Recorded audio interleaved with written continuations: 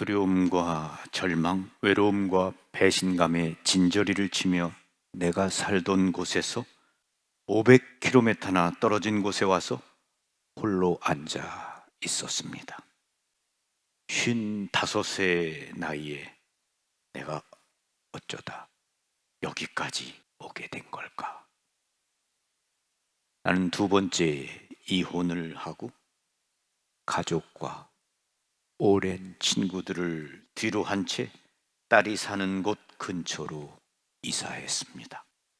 너무나 외로웠고 배신의 고통과 상처로 아파하고 있었습니다. 고통에서 벗어날 수 있을 것 같지가 않았습니다. 미사 시간보다 조금 일찍 도착해서 어두컴컴한 성당 안에 홀로 앉아 있었습니다. 시간이 되자 불이 켜지면서 주위가 환하게 밝아졌습니다. 천천히 고개를 드는 순간 내 시선은 죄대 뒤편에 있는 십자가에 부활하신 예수님 상을 향하고 있었습니다. 그때 갑자기 예수님께서 나에게 내가 너를 안아주마. 나는 널 위해 여기 있다. 아무 걱정 마라 하시는 것을 느꼈습니다. 그분께서는 팔을 벌리고 나에게 오라며 손짓하고 계셨습니다. 거기 그분이 계셨고 나는 혼자가 아니었습니다. 내 마음에 아픔이 사라졌습니다. 그러나 앞으로 어떻게 살아야 할지 자신이 없었고 어떤 구원이 나를 기다리고 있는지 확신할 수 없었습니다. 나는 미사 중에도 예수님 상의 시선을 고정했습니다. 그리고 주님의 기도를 올릴 때 이런 응답을 받았습니다. 저희에게 잘못한 일을 저희가 용서하오니 저희 죄를 용서하시고 라고. 기도하는 순간 영혼 깊은 곳에 그 말이 닿았습니다. 나는 고해성사를 생각했고 그것이 내 새로운 삶을 위해 필요하다는 것을 알았습니다. 미사가 끝나 성당을 나오면서 내 삶이 올바른 길로 돌아가기 위해 내가 할 수 있는 일은 고해성사를 보는 것이라고 느꼈습니다. 그 다음 주 내내 토요일 오후에 고해성사를 준비하며 기도했습니다. 그러면서 이런 생각이 들었습니다. 무슨 말을 해야 할까? 눈물을 흘리지 않고 고해성사를 마칠 수 있을까? 신부님께서 나를 인생에 실패한 사람이라고 생각하지는 않을까? 몇 년 동안 고해성사를 보지 않았고 새로 다니게 된 본당에서 신부님과 마주 앉아 고해성사를 본다는 것이 내키지 않았습니다. 유아 세례를 받은 신자로서 첫 고해 때처럼 칸막이가 있는 고해소가 마음이 편했습니다. 토요일이 되어 성당에 가서 최근에 서품을 받으신 러스 신부님을 찾아 고해소에 마주 앉았습니다. 몹시 두려웠습니다. 그러나 신부님은 아주 침착한 분이었고 나에게 위로와 용기를 주었습니다.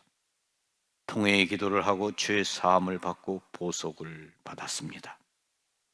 그러자 수년 동안 느껴보지 못했던 안도감이 찾아왔습니다.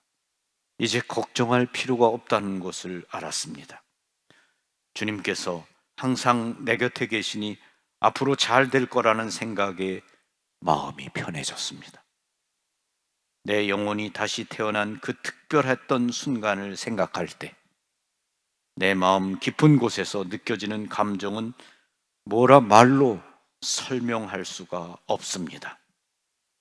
그날 그의 성사를 본 것이 얼마나 감사한 일인지, 그 덕분에 내 삶과 신앙을 바로 세울 수 있었습니다. 이제는 신부님과 마주 앉아 그의 성사를 보는 것도 편안해졌고, 이 특별한 성사의 도움을 자주 받고 있습니다.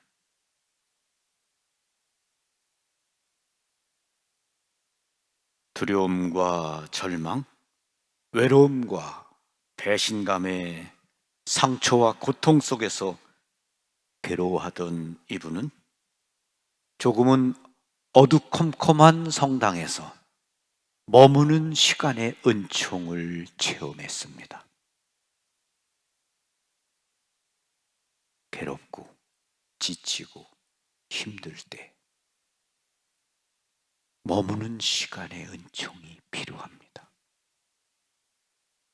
특별히 주님이 계시는 성당, 감실 앞에 나와서 혼자 조용히 머무는 시간의 은총이 필요합니다.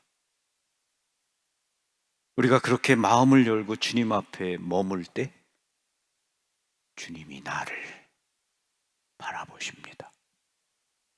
그리고 내 마음에 필요한 어떤 위로, 치유, 평화를 건네주십니다. 이 사람은 고통과 배신, 그 절망 속에서